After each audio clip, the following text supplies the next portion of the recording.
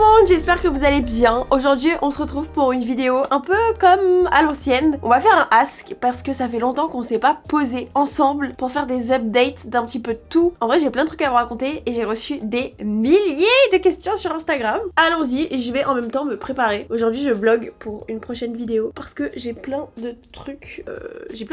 Comme ça, je serai prête juste après. J'ai sélectionné une trentaine de questions parmi les milliers. Vraiment, il y en a une tonne. Donc je sais pas à combien de questions je vais pouvoir répondre, mais j'ai essayé de sélectionner les questions qui revenaient beaucoup. Petite pause dans la vidéo. Aujourd'hui, on va parler de Trade Republic. Alors je vous explique, je n'ai jamais fait de sponsor, je n'ai jamais accepté de sponsor pour des banques, tout simplement parce que j'utilisais pas ces banques-là et que ça n'a pas de sens. Mais quand Trade Republic m'a contactée, j'étais trop contente parce qu'en fait, c'est Jérémy qui m'a convertie et il y a beaucoup d'avantages chez Trade Republic et des choses incroyables comme cette carte miroir qui est sublime, mais il y a vraiment d'autres avantages. Et je pense que ce qui est important, c'est que juste que je vous donne moi les choses qui ont changé mon quotidien et pourquoi j'utilise Trade Republic, parce que il y a plein de choses, mais c'est vrai que je fais partie des gens qui comprennent pas tout en ce qui concerne les banques. La chose qui m'a convaincue en fait, c'est Jérémy qui a commencé par se faire un compte Trade Republic et ensuite il m'a dit il faut absolument que t'en fasses un, etc. Comme ça, quand on est au Japon, tu galères pas parce que j'ai pas de carte personnelle au Japon et j'ai que ma carte de ma banque en France et à chaque fois elle se bloque. D'ailleurs, vous le savez parce que dans les vlogs j'étais toujours dans cette situation là, ma carte qui se bloque, j'appelle ma banque mais je peux pas l'appeler parce que je suis à l'étranger et machin et c'est l'enfer, les frais, tout. Donc la carte Trade Republic, déjà, il y a pas de frais à l'étranger, il y a aucun problème, ça se passe hyper bien, je paye tout. Alors j'ai ma carte comme ça miroir, mais j'ai aussi le sans contact sur mon téléphone, ce qui est ultra pratique. D'ailleurs, ce qui est trop bien, c'est que vous payez la carte qu'une seule fois. Alors elle coûte 50 €, mais sinon vous avez sur le téléphone, c'est totalement gratuit. Mais après vous la payez 50 € et vous payez plus rien, il y a pas de mensualité, il y a rien. Et c'est ce que j'aime trop avec Trade Republic parce que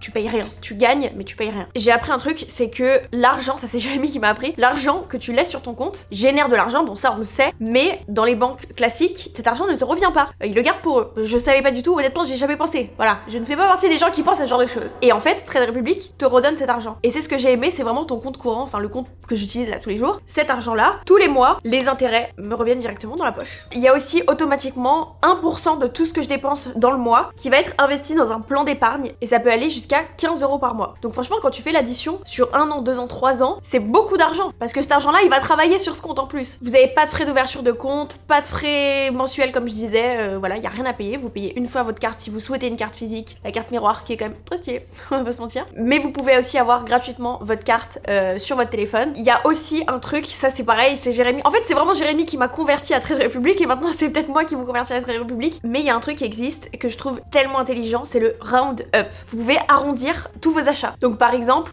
vous payez un truc à 1,70 €, vous pouvez au moment du paiement choisir de payer 2 €, donc c'est à l'euro supérieur et c'est 30 centimes, ça va directement sur votre plan d'épargne. Mais en fait, c'est des petites dépenses au quotidien qui font que, par exemple, pour les gens comme moi qui ne sont pas très forts en investissement, je dirais même qui ne sont pas vraiment intéressés à l'investissement, des personnes comme moi qui n'y connaissent rien tout simplement, bah c'est très cool parce qu'en fait, vous pouvez vraiment, sans vous en rendre compte, entre guillemets, mettre de l'argent de côté tous les mois sans avoir à réfléchir et sans avoir besoin de comprendre 150 trucs, réfléchir stratégiquement qu'est-ce que je dois faire. Là, c'est automatique. Et pour vous dire, bon, on va pas en parler dans cette vidéo parce que ça va être beaucoup trop long, mais j'ai commencé l'investissement grâce, bon, à Jérémy, mais à Trade Republic parce que c'est hyper simple et c'est trop bien fait et je pense que je vous expliquerai sur Instagram, mais j'ai l'impression d'être une femme d'affaires. L'app est trop bien, c'est hyper simple, hyper compréhensible. Moi, je l'utilise vraiment comme une carte de paiement. Je recharge mon compte en fait avec de l'argent pour les investissements et pour les paiements de tous les jours. Tous mes frais passent par cette carte. C'est trop pratique. Franchement, c'est trop pratique. Je sais qu'il y a plein d'autres choses, plein d'autres avantages sur Trade Republic, mais c'est vrai que ça, c'est vraiment les trucs que je vois au quotidien, les trucs que je comprends, les trucs qui me plaisent. Moi, ça me parle de ouf quand on me dit que je peux arrondir tous mes paiements ou pas tous mes paiements, c'est moi qui choisis au moment de payer. Les 1% de save back tous les mois sur ce que je dépense qui partent en plan d'épargne sans que j'ai besoin de réfléchir ou quoi que ce soit, c'est incroyable. Plus les frais parce que, d'ailleurs, on en parle dans cette vidéo, vous allez voir, je parle de tous les loyers, tous les trucs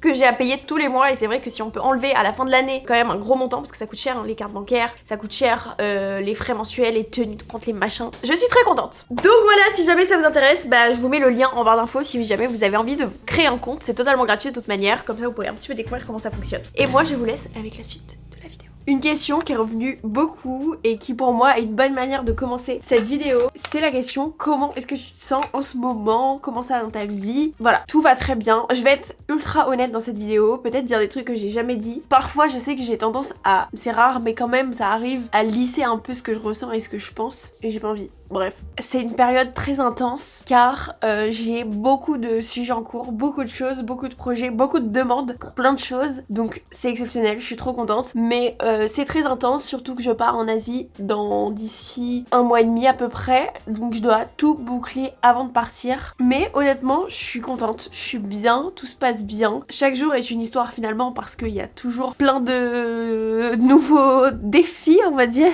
J'ai dit que je lisais pas ce que je disais. Mais en gros, il y a plein de merde qui arrive en ce moment. Plus tu veux faire des projets, plus les projets sont gros, plus les problèmes sont gros. Parce qu'il y a toujours des problèmes. En fait, je vous jure qu'avant, je voyais des vidéos de gens qui disaient quand tu deviens entrepreneur, il y a plein de problèmes à gérer, etc. Et que c'est...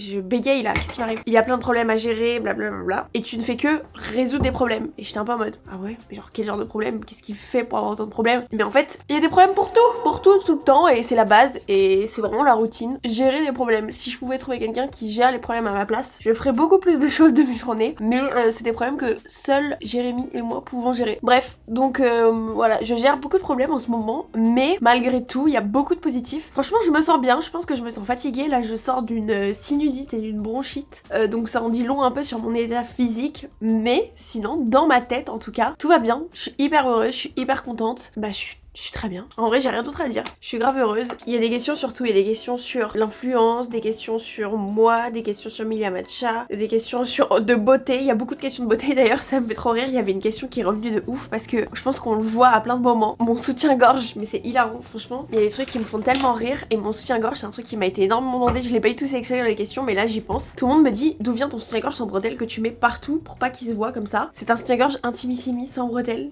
classique, exceptionnel. Alors il y a des personnes qui ont dit je n'ai pas suivi, tu vis au Japon ou en France. C'est vrai qu'il y a eu beaucoup d'infos ces derniers temps sur ce qui se passait dans ma vie parce que du coup j'ai annoncé que j'habitais au Japon et ensuite je suis rentrée en France, donc il y a des personnes qui n'ont pas compris, ce que je comprends totalement. Mais du coup j'ai mon appartement en France et j'ai mon appartement au Japon et je vis entre les deux selon les périodes de l'année. Alors pour l'instant c'est un peu le fouillis parce que c'est selon les besoins. J'habite au Japon pour ma marque de matcha, du coup Milia Matcha, et aussi parce que j'adore le Japon, mais j'ai une société au Japon, etc. Donc j'ai quand même une vie au Japon, même si d'ailleurs il y a des gens qui m'ont demandé la société, est-ce que la société Milia Matcha est en France? Et évidemment la société Milia Matcha est une société française et on a commencé comme ça, mais en plus j'ai ma société du coup au Japon qui me permet tout simplement de pouvoir dealer avec des japonais car c'est très compliqué de s'implanter au Japon et de faire sa place, et sans cette société ce serait pas possible, en tout cas au niveau où Milia Matcha est en train d'aller, je sais pas comment dire ça. C'est possible pour commencer, pour bosser avec des petits producteurs de matcha, etc. Mais ensuite ça devient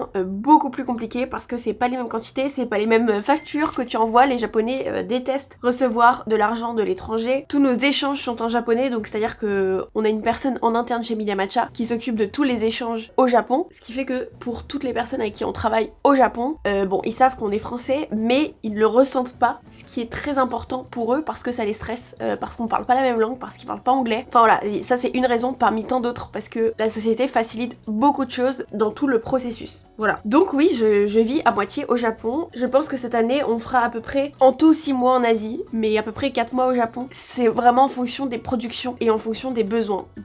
Donc voilà. Mais j'habite toujours en France et mes bureaux sont toujours en France, mais j'ai aussi tout au Japon quoi. En fait, c'est trop bizarre d'avoir... C'est trop bizarre et c'est pas facile d'avoir la vie x2 parce que bah, un appart... Putain, en même temps, je dis que c'est pas facile, mais c'est exceptionnel, genre c'est trop bien. Mais t'as 2 apparts, donc t'as genre 2 vies complètement... Bah déjà, quand même des pays qui n'ont rien à voir, avec des affaires dans les 2 pays. Avoir une société, c'est encore un autre level parce que genre j'ai mon comptable français, mon comptable japonais, j'ai mon avocat français, j'ai mon avocat japonais. C'est un peu lunaire et c'est un peu ouf, donc je vais pas m'en plaindre. Je suis trop contente et franchement ça se passe trop bien. Donc oui, j'habite aussi au Japon, mais j'habite quand même plus en France pour l'instant. Alors une question qui est un petit peu revenue et je me suis dit que c'était trop bien d'en parler dans cette vidéo, c'est comment réagis-tu face aux critiques sur ton contenu trop centré sur Milia Matcha? En vrai, depuis le lancement de la marque, j'ai parfois, c'est pas tout le temps et c'est de moins en moins, mais j'ai quand même eu pas mal de commentaires de gens qui disaient oui, moi je préfère tes concepts de vidéos, moins de business, moins de contenu genre entrepreneuriat, etc. Ma réponse à ça, honnêtement, je comprends, un changement de contenu ne peut pas plaire à tout le monde. Maintenant, quand on fait vraiment le calcul des vidéos que j'ai sorties sur ma chaîne depuis le lancement de Milia Matcha, il y a beaucoup moins de vidéos sur Milia Matcha que des vidéos classiques ou des concepts. Et ça, c'est un peu le truc qu'il y a sur les réseaux sociaux où tu sors un concept une fois, 2 fois, 3 fois, en 3 ans, les gens gens vont te dire mais tu fais que ça. Mais attends, je postais 2 vidéos par semaine pendant des années. Donc les 3 en fait, toi t'as l'impression que tu l'as vu il y a pas si longtemps, mais c'était il y a 1 an et demi. Et ça c'est trop un truc sur les réseaux et que j'ai appris. Où maintenant je suis en mode, je l'ai fait il y a 1 an, ok, on va encore attendre un peu avant de le refaire parce que sinon les gens vont dire que je fais que ça. On n'a pas la même... Et ce qui est normal, c'est que les gens, en fait, moi je connais mon planning des vidéos, je sais que la vidéo je l'ai sortie il y a 1 an, je peux largement la ressortir. Mais les gens n'ont pas la même... n'ont pas mon planning en tête et peut-être que la vidéo ils l'ont vue il y a 6 mois. Et ça c'est un truc que j'ai dû apprendre avec le temps, que même s'il y a genre 40 vidéos qui sont sorties entre temps, bah il y a des gens qui vont quand même penser que je viens de faire cette vidéo. C'est un exemple par exemple pour un concept, mais c'est valable pour tout. Donc typiquement pour Milia Matcha aussi. Depuis le lancement de Milia Matcha, moi ce que j'ai adoré faire, j'ai jamais fait de vidéos sur Milia Matcha. Par contre je fais beaucoup de vlogs au bureau et j'adore ça et honnêtement ça ne changera pas et je pense que 90% des gens qui me regardent aujourd'hui adorent ça aussi et que ça reste une petite partie de personnes qui aiment pas forcément les vidéos sur l'entrepreneuriat, etc. Encore une fois, c'est pas des vidéos vraiment entrepreneuriat, mais vous avez compris, c'est des vidéos où je suis amenée à parler de sujets là-dessus et moi j'adore ça. Donc en fait, ce qui est sûr, c'est que je ne referai plus jamais de vidéos je mange 24 heures comme je sais pas qui, ou je mange Uber Eats pendant 24 heures, je teste la morning routine de Kylie Jenner. C'était des trucs stylés il y a des années, je ne ferai plus ça, ça m'intéresse plus, j'ai vraiment d'autres choses à faire et j'ai moins de plaisir à faire ce genre de vidéos. Par contre, mes vidéos YouTube, ça a toujours été partager mon quotidien et ça continuera de partager mon quotidien, peu importe ce que je fais. Si ça parle de Milia Matcha, ça parlera de Milia Matcha, si ça parle d'un autre projet, ça parlera d'un autre projet, si demain j'ai 3 enfants, ça parlera sûrement de mes enfants. Vraiment, ma chaîne YouTube, c'est parler un peu de ma vie et montrer ma vie comme je le ferais avec mes amis. Parce que ma chaîne YouTube, ça a toujours été ça. Une vraie discussion avec mes amis. Je discute avec plein de monde en DM, je discute avec des gens dans les commentaires. C'est ça ma vie, quoi. Parler de Milia Matcha sur YouTube n'a jamais été pour vendre le produit. Je me suis jamais dit, je vais faire un petit vlog où je parle de Milia Matcha, comme ça, on va avoir plus de ventes sur le site. Ou... C'est pas du tout ça, parce qu'en fait, je parle même pas du produit en soi. Je parle de toutes les galères qu'il y a autour. Donc voilà, franchement, Milia Matcha, pour moi, j'ai du mal à me concentrer. Qu'est-ce qui m'arrive? Comme si c'était nouveau. Donc c'est vrai que face aux critiques, il y a des personnes où ça me fait de la peine.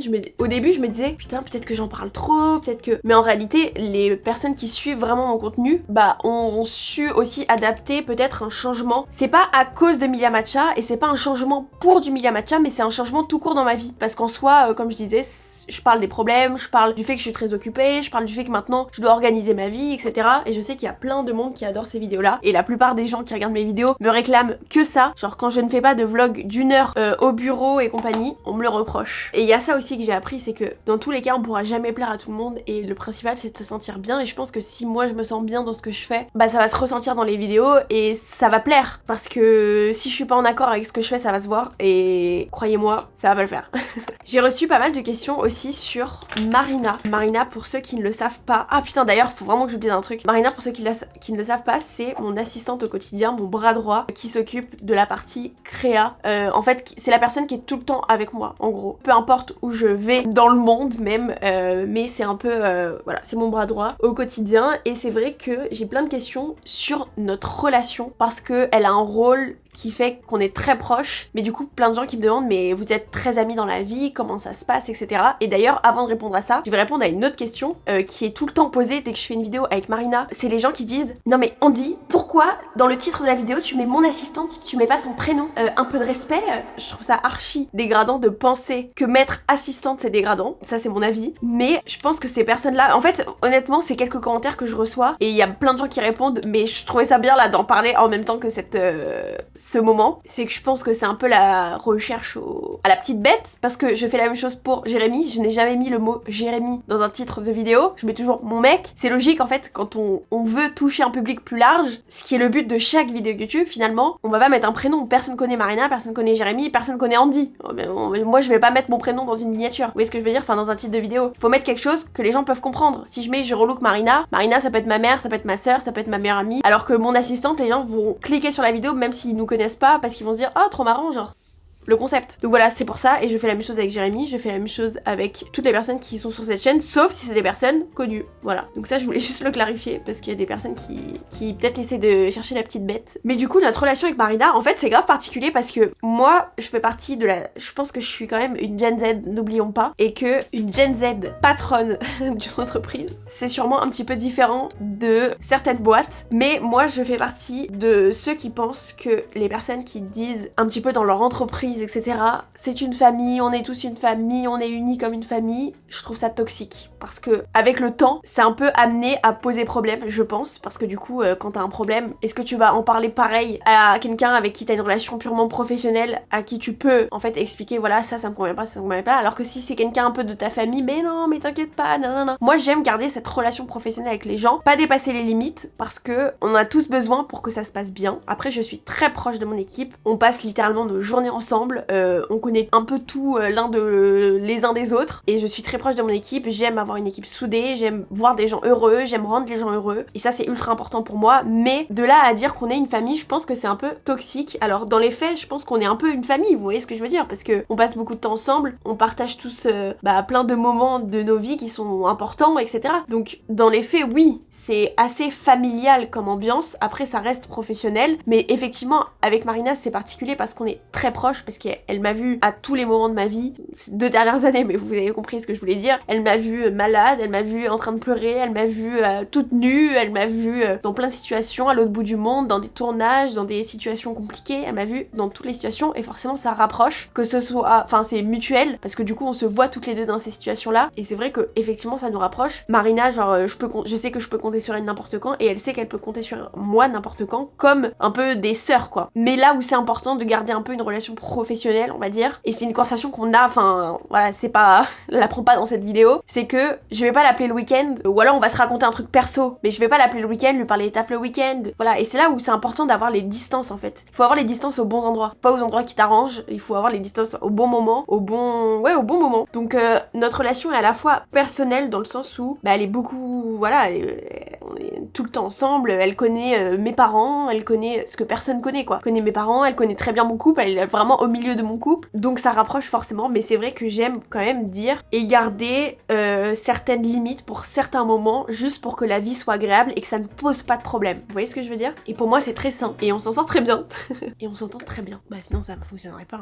As-tu projet d'acheter un appartement? Alors, j'ai préparé ces questions hier soir, enfin j'ai screen un petit peu tout, et je me suis dit, ah bah là on est en plein dedans, je vais y répondre. Oui. Voilà, on va pas... Oui, j'ai projet d'acheter un appartement, mais je vous explique un petit peu toute la complexité du truc. Bon, aujourd'hui, c'est assez... Moi, ça fait quelques années que je suis dans le milieu, mais j'ai pas, par exemple, 3 ans de bilan d'entreprise. C'est très compliqué d'emprunter de l'argent en France quand t'es entrepreneur, ça c'est vraiment une réalité, et peu importe l'argent que tu gagnes. J'avais plus de chances d'emprunter de l'argent quand j'avais un CDI, en gagnant beaucoup moins d'argent plutôt que maintenant. Donc c'est vrai que le projet a été un peu mis sur le côté aussi parce qu'il faut quand même du temps. Si j'achète un appartement, peut-être qu'il faut que je le refasse, il faut que je fasse des recherches, que je fasse des visites. Ça prend du temps, je suis la moitié de l'année, je suis pas là. L'autre moitié, je suis complètement débordée. Donc ça prend du temps. Après, aujourd'hui, c'est une vraie question qui se pose depuis quelques mois, parce que du coup, j'ai le loyer de mon appartement ici, j'ai le loyer de mes bureaux en France, j'ai le loyer de mon appartement au Japon, j'ai le loyer de mes bureaux au Japon, j'ai beaucoup de loyers, plus vraiment plein de choses à payer mensuellement, ça vous vous en doutez, mais beaucoup de choses. Et c'est vrai que mis bout à bout, c'est un peu jeter de l'argent par les fenêtres, et à un moment il faut investir son argent, et autant que je mette l'argent de mes loyers dans un prêt et dans un bien que j'achète. Donc c'est d'un côté investissement, parce qu'aujourd'hui j'adore cet appartement et c'est mon rêve de l'acheter, mais les propriétaires ne veulent pas me le vendre. Mais actuellement je suis en début de recherche d'appartement. Voilà, ça va prendre du temps, beaucoup de temps. Je pense qu'on s'en reparle d'ici 1 an ou 2. Il y a beaucoup de choses, et je pense que j'achèterai un appartement où il faut tout refaire, mais du coup un appartement en France. Ou alors j'arrive à convaincre le propriétaire de cet appart, mais non. Donc je suis en vraiment tout début de recherche. J'ai à peine commencé à chercher, j'ai encore rien visité. J'essaie déjà d'un petit peu estimer ce que j'aimerais avoir, où est-ce que j'aimerais l'avoir, etc. Et ensuite je vais bientôt commencer les visites et voir un peu comment c'est, et voilà. Il y a beaucoup de questions sur un petit peu l'avenir de Milia Matcha, donc on m'a beaucoup demandé quand est-ce que sortent les nouveautés, est-ce qu'il y a des nouveautés, est-ce que vous allez développer les points de vente en physique, est-ce que vous allez faire des pop-up. Du coup, je vais répondre à tout dans cette vidéo, comme ça vous aurez vos réponses enfin, parce que je ne dis jamais ce genre de choses, j'aime pas trop spoil, j'aime bien genre plus dire voilà, nouveau truc. Mais je sais que ça a été beaucoup demandé, donc déjà il y a plein de nouveautés prévues pour cette année sur Milia Matcha, et ça commence dès le mois prochain. Je parle de nouveautés produits purs, après de nouveautés événements, etc. Il y a 1 million de choses, mais nouveautés produits, il y a pas mal de choses qui sont prévues, et ça commence dès le mois prochain sur le site, donc ça c'est trop bien. Est-ce qu'on va développer les points de vente en physique? Alors, je ne peux pas tout vous dire. Ce que je peux vous dire, c'est qu'en fait, c'est ouf chez Milia Matcha, parce que on a eu un vrai engouement au lancement, etc. qui a fait qu'on a dû gérer énormément de choses qu'on n'avait pas prévu de gérer après avoir lancé la marque, et ça a fait qu'on n'a pas pu avancer sur certains sujets un peu de base de marque. Par exemple, on n'a jamais envoyé de newsletter, on n'a jamais fait de ads, on n'a jamais refait le site, on vient tout juste d'activer les paiements 3 fois sans frais, enfin il y a des choses basiques qui ont mis du temps à être mis en place parce que il y a eu beaucoup de choses urgentes à gérer. Et en fait, d'un côté, au début j'étais en mode putain non mais ça va pas du tout et tout, mais maintenant je suis limite, en fait je commence à réaliser qu'on a réussi à faire ça sans activer tous ces leviers ultra basiques et ultra importants pour des marques, et je me dis qu'est-ce qui nous attend pour la suite du coup, parce que là on est en train au fur et à mesure de tout activer, tout refaire, le site, il y a tout à refaire dans le sens où il y a plein d'informations qu'on garde pour nous sur plein de choses dans l'univers du matcha, il y a plein de choses qu'on a envie de partager, donc là on est en train d'un petit peu tout revoir, mais c'est vrai que cette situation a fait aussi que on a refusé toutes les propositions qu'on avait. Des grandes enseignes nous ont proposé de commercialiser Emilia Matcha, aussi pour des gros projets, enfin voilà, j'ai pas envie d'aller trop dans les détails, mais du coup on a eu plein de propositions qu'on a refusées, et aujourd'hui on peut un petit peu se dire ok là on avance, on a aussi recruté des personnes dans l'équipe qui sont super bien et qui nous permettent d'avancer encore plus vite et de faire encore plus. Donc aujourd'hui on commence à se poser ok on a eu 5 propositions, qu'est-ce qu'on souhaite faire, qu'est-ce qui est le mieux pour nos clients, etc. Donc ça c'est un peu le truc de ouf, c'est qu'on se pose un peu que maintenant sur ces propositions qu'on a eu genre au moment du lancement, hein. Quand je vous dis on a des propositions de dingue, genre un mois après le lancement, mais on est en mode on n'a pas de stock premièrement, deuxièmement on va déjà gérer notre site parce que c'est là où les personnes achètent, on veut qu'elles soient satisfaites, mais évidemment on souhaite, alors c'est pas nouvelle année, nouvelle manière de vendre, on est juste en train de créer des relations avec des potentiels partenaires et on va prendre notre temps. Je vous dis pas que dans un mois vous allez pouvoir retrouver Emilia Matcha je ne sais où, mais on prend notre temps. Moi j'ai quelques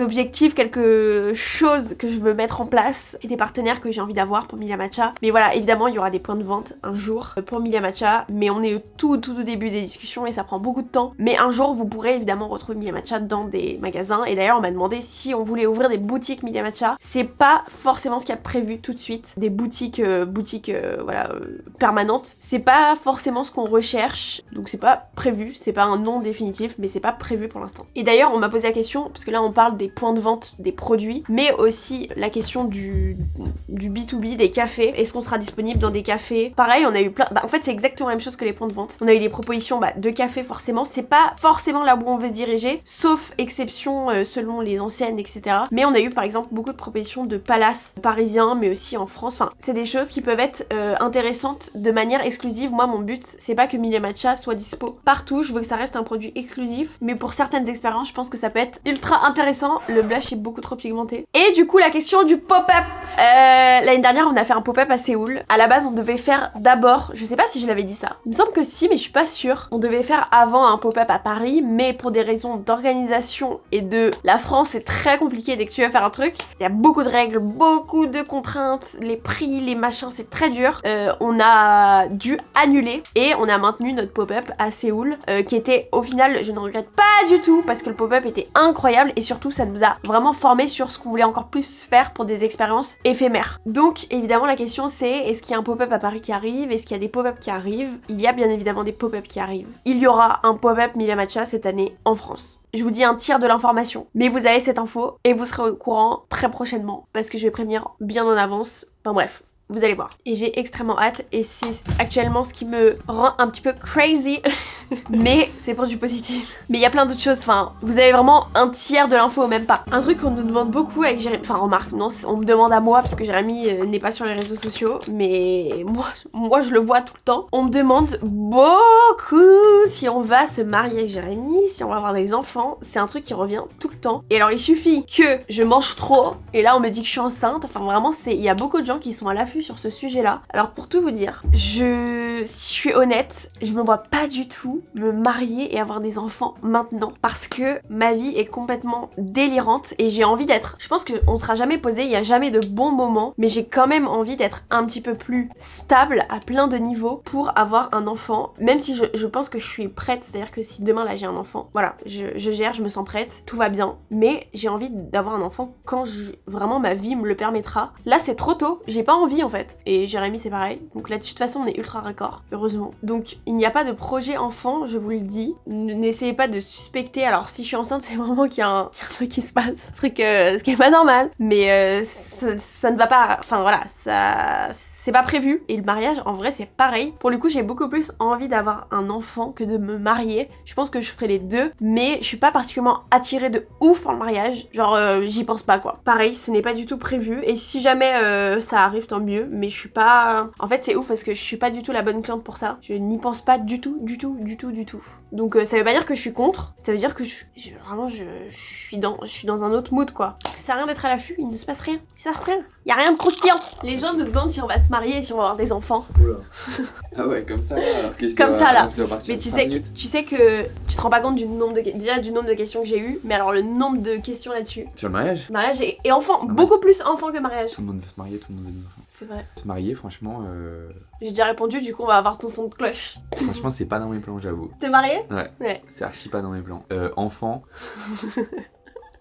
Enfant, c'est pas dans mes plans non plus. Moi, je suis plutôt de la team enfant avant mariage. Putain, j'ai dit pareil.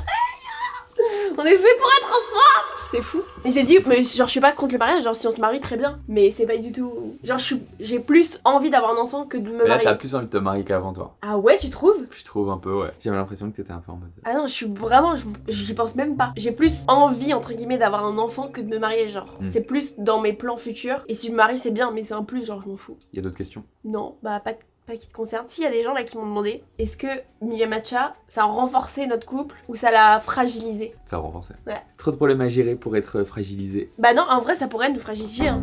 Fragiliser. Ouais, ça pourrait nous fragiliser. Ouais. Tellement de problèmes, on pourrait s'embrouiller parce qu'on n'est pas d'accord, parce qu'on galère et tout. Parce que c'est bien, on les affronte à deux. Tous ces problèmes solo, ça doit pas être facile. Ah ouais, ah mais tu sais que j'y pense grave souvent ça. Tu vas entendre le bruit de fou qui vont faire mes genoux. Ouais.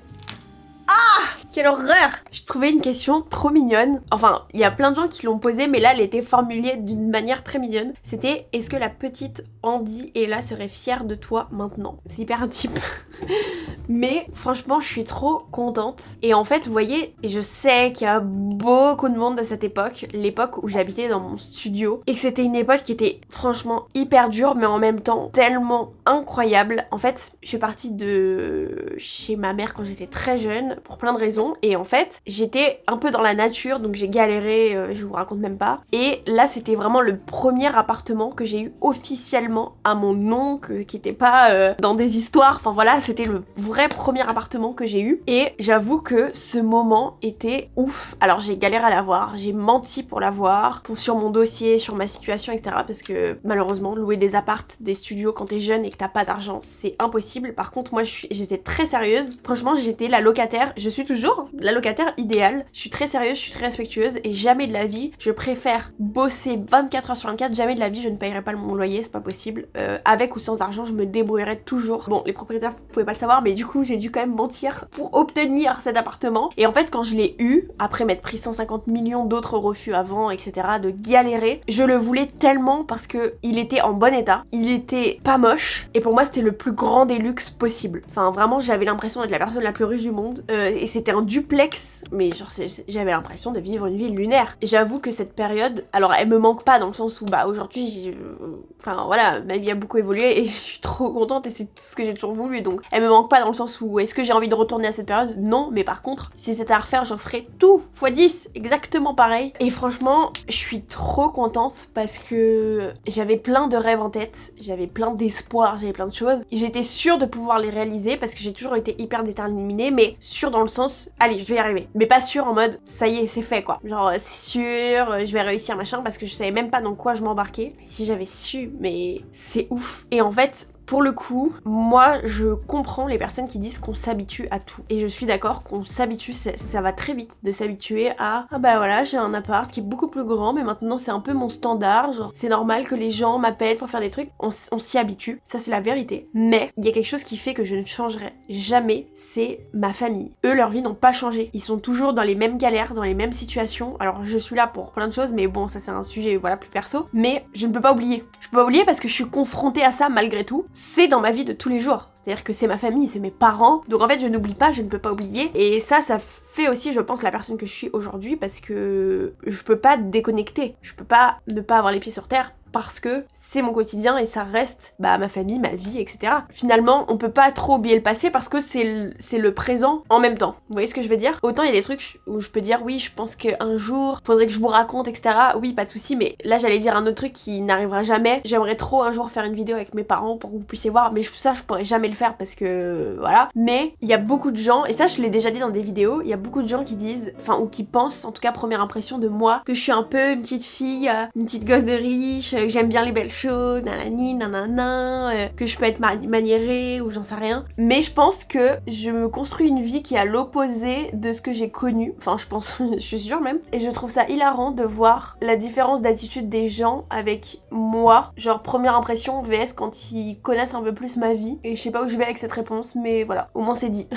En tout cas, je suis très fière, et je suis trop contente. Si j'étais amenée à parler à la moi du passé, je lui aurais pas dit, parce que sinon elle aurait pris peur, peut-être, même si elle aurait été trop contente, et justement, ce qui est incroyable, c'est de pas savoir. Construire les choses au fur et à mesure, apprendre les choses au fur et à mesure, c'est exceptionnel comme expérience. Et pour le coup, je me dis, je pourrais raconter ça à mes enfants. Est-ce qu'il y a des gens, les personnes qui n'ont pas d'enfants, ou alors à l'époque où elles n'avaient pas d'enfants, est-ce que vous pensiez à ça, genre je raconterais ça à mes enfants alors qu'ils existent même pas et que t'as même pas envie d'avoir des enfants là? Moi, c'est ce que je me dis. Genre, je me dis, quand j'amènerai mes enfants au Japon, si je vis en France, je leur dirai, maman, elle a habité ici. Tu vois là, l'appartement? J'ai habité là. Ok, question qui est, je pense, la question la plus posée finalement. Des conseils pour les cheveux, notamment la pousse des cheveux. Et après, faut que j'y aille parce que j'ai un rendez-vous. Si je peux dire plusieurs trucs, boire de l'eau, c'est hyper chiant comme conseil, mais c'est la vérité. Ne pas s'attacher les cheveux en dormant, être doux avec ses cheveux quand on les brosse. J'essaie de faire le plus concret possible, le plus rapide possible. Utiliser des bons produits, bien manger, aller chez le coiffeur ultra régulièrement. Coupez juste un petit peu, allez chez le coiffeur ou faites-le vous-même, j'en sais rien, mais coupez les pointes tous les 2 mois max. Qu'est-ce qu'il y a d'autre? Boire du matcha, ça active énormément la pousse des cheveux, mais un jour je ferai un vrai truc là-dessus. J'ose même pas le dire parce que je veux pas que ça fasse acheter mon matcha, il fait pousser les cheveux. C'est la vérité. Et rester le plus loin possible des lisseurs. Pour moi, c'est le pire pour les cheveux. En tout cas, pour mes cheveux. Là, comme ça, en tout cas, c'est le premier truc auquel je pense. Question hilarante, pareil, mais ça, c'est une dinguerie. Est-ce que tu as vu ton sosie jouer dans Dare You sur Amazon Prime? Alors, je vous explique. Un jour, je me réveille, je regarde mon téléphone et je vois plein de messages de gens qui me disent félicitations, bravo et tout. Enfin, des DM, voilà, c'est pas ma famille, etc., mais des personnes qui me suivent ou non, j'en sais rien. Mais plein de DM et je me dis, c'est quoi cette merde? Et je regarde et en fait, il y a Poxy qui a joué, qui a eu un rôle dans Dare You, donc une série qui est sur Amazon Prime. Et en fait, comme on est littéralement jumelles, tout le monde pense que c'est moi qui a joué dans cette série. Genre vraiment, j'ai reçu plein de messages et je trouve ça extrêmement drôle. Pour ceux qui n'ont pas suivi, en fait, ça fait quelques années maintenant, un jour, je reçois des DM de gens qui disent « Oh my god, il y a une influenceuse, c'est ta jumelle, c'est pas possible, vous êtes sœurs. » Et pareil, elle recevait plein de messages et un jour, on s'est rencontrés, on a discuté, c'était très drôle parce qu'à un moment, on s'est dit « Ça se trouve, on est vraiment sœurs, on va vérifier un peu dans nos familles, etc. » Mais on n'était pas sœurs, on était juste un peu jumelles. Je sais pas si on se ressemble toujours autant, enfin apparemment, s'il y a des gens qui pensent que j'ai fait une série, mais je pense vraiment pas qu'on se ressemble tant que ça. Enfin, non, si, on se ressemble de ouf. Et j'avoue que, genre hier, je regardais un truc sur Amazon Prime et il y a eu une pub de Dare You et j'ai eu 3 secondes en mode... On se ressemble vraiment beaucoup. Mais du coup, je trouve ça très drôle que les gens pensent au point que c'est moi, quoi. C'était pas français cette phrase, vous avez compris. Attendez, j'essaie de me regarder dans le retour, mais ça va... C'est pas très efficace. Je ne suis pas encore actrice, et pour l'instant, c'est pas dans mes plans, mais j'ai trouvé ça extrêmement drôle. D'ailleurs, je lui ai pas envoyé le message, il faudrait que je lui envoie. Et on avait fait des vidéos sur ma chaîne, si vous voulez voir, où on échangeait nos vies, je sais plus ce qu'on avait fait. On échangeait nos vies, je crois, en tant que jumelles. C'était très drôle. Voilà, j'ai fini mon make-up, je vais filer avant d'être en retard, mais je tenais quand même à faire un petit débrief de cette vidéo.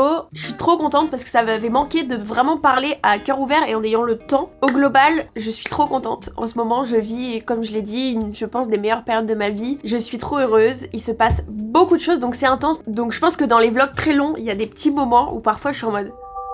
C'est intense. En plus, c'est horrible parce que je peux pas tout vous raconter parce qu'il faut pas tout vous spoil, je veux vous garder un effet de surprise, etc. Mais il y a des moments très intenses où il y a plein de choses à gérer et c'est compliqué, mais c'est genre 1% quoi. La vérité, c'est que je suis trop contente et voilà. Je pense que je peux pas rêver mieux. Je suis contente de continuer YouTube, avoir changé ce rythme de vidéo et d'être passée à une vidéo YouTube, ça m'a changé la vie, mais dans le positif. J'ai toujours fait 2 vidéos YouTube, ça fait des années et des années que je poste 2 vidéos YouTube par semaine, c'est énorme. Et en fait, j'étais arrivée à un stade et j'en ai parlé dans ma première vidéo de l'année, où les vidéos YouTube, ça devenait une chose à faire sur ma liste plutôt qu'un plaisir et une passion et un moment de partage, on va dire. Ce que j'ai toujours adoré avec YouTube et ce qui fera que je serai toujours active sur YouTube, c'est ça. C'est que c'est le vrai partage, le vrai, le réel. Dans un TikTok, dans une story Insta, dans un réel Insta, t'as pas autant de choses. Que tu le veuilles ou non, t'as pas autant de choses réelles, tu te montres pas dans tous tes états, enfin, c'est pas pareil, c'est moins long, c'est moins engageant quoi. YouTube c'est ma plateforme, y a aucun doute là-dessus, ça changera jamais, honnêtement ça changera jamais. Mais là où ça m'a fait beaucoup de bien, c'est que du coup maintenant j'ai envie de faire des vlogs longs, j'ai envie de faire des petits concepts, j'ai envie d'avoir des invités, j'ai pas envie d'en faire des tonnes, de faire des prods à je sais pas combien, et du coup d'enlever ce côté ultra réel, j'ai envie que ça reste réel et que ce soit un peu notre point de rendez-vous tous les mercredis à 18h, et